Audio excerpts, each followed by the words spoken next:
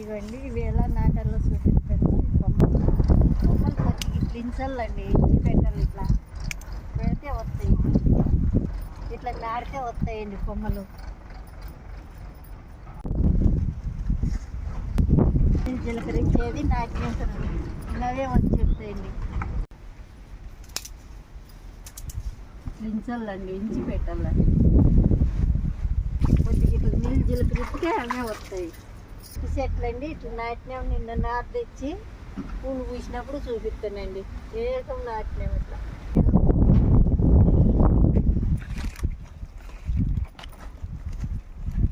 ఇక్కడ చిన్నది పెడుతున్నామండి, రేఖ గిన్నెరు. ఇదండి ముద్ద గిన్నెది.